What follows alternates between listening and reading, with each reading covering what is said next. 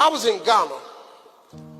We came to Ghana a week ago to commemorate the 400 years the first slave ship left.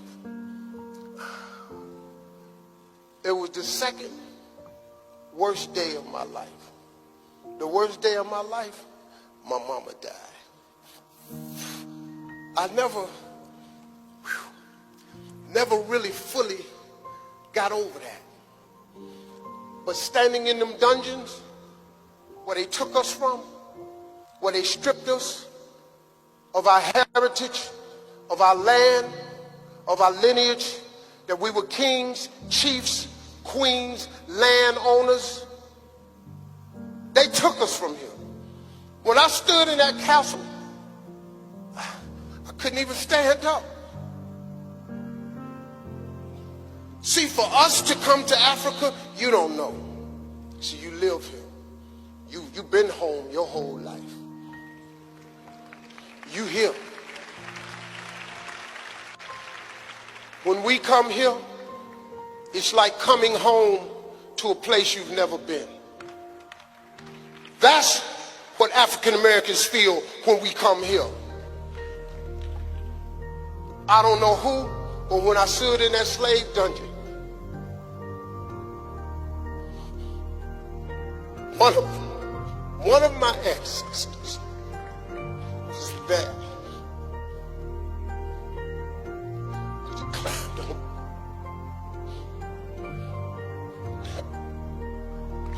And I fell. I couldn't even stand up because one of my ancestors was in that room.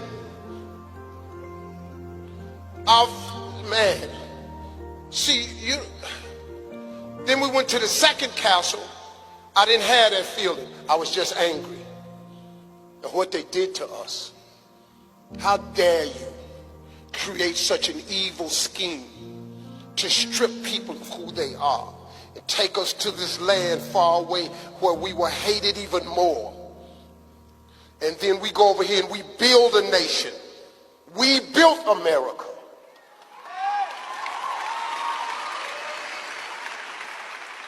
There are families today in America still benefiting from the billions of dollars from the slave trade. They opened up canneries, tobacco fields, they opened up ketchup companies, they opened up dealerships with the money that their ancestors made off of slavery.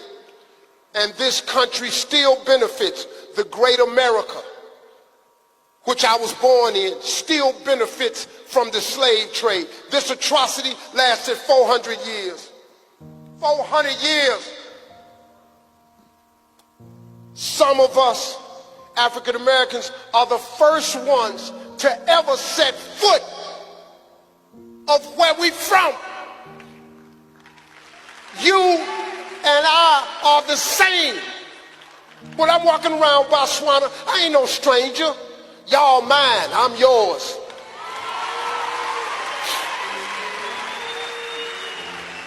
I'm black like you. I'm African. See, you don't understand. I'm 62 years old. I know you can't believe it. I'm so fly. I'm so fresh and clean. I'm so dope. I drip. You understand? I'm with it. I'm the flyest 62-year-old on the planet. Outkast wrote a song about me. Ain't nobody dope as me, I'm just so fresh and clean. That was about Steve Harvey. Huh?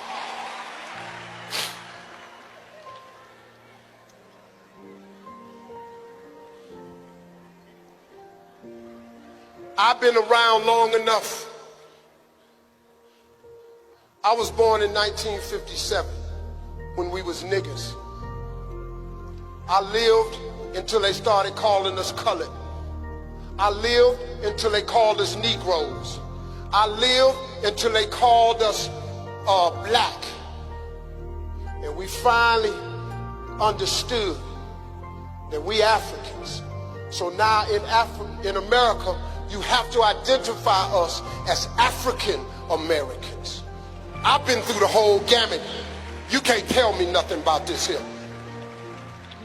You know how hard we fought to identify with you. So we got to start embracing one another. We need to come here and feel you. We need to come here and embellish you. We need to come here and teach you what we learned. Now, America's a land of opportunity if you want it, but it has its problems for us. When we get pulled over by the police, we can get killed.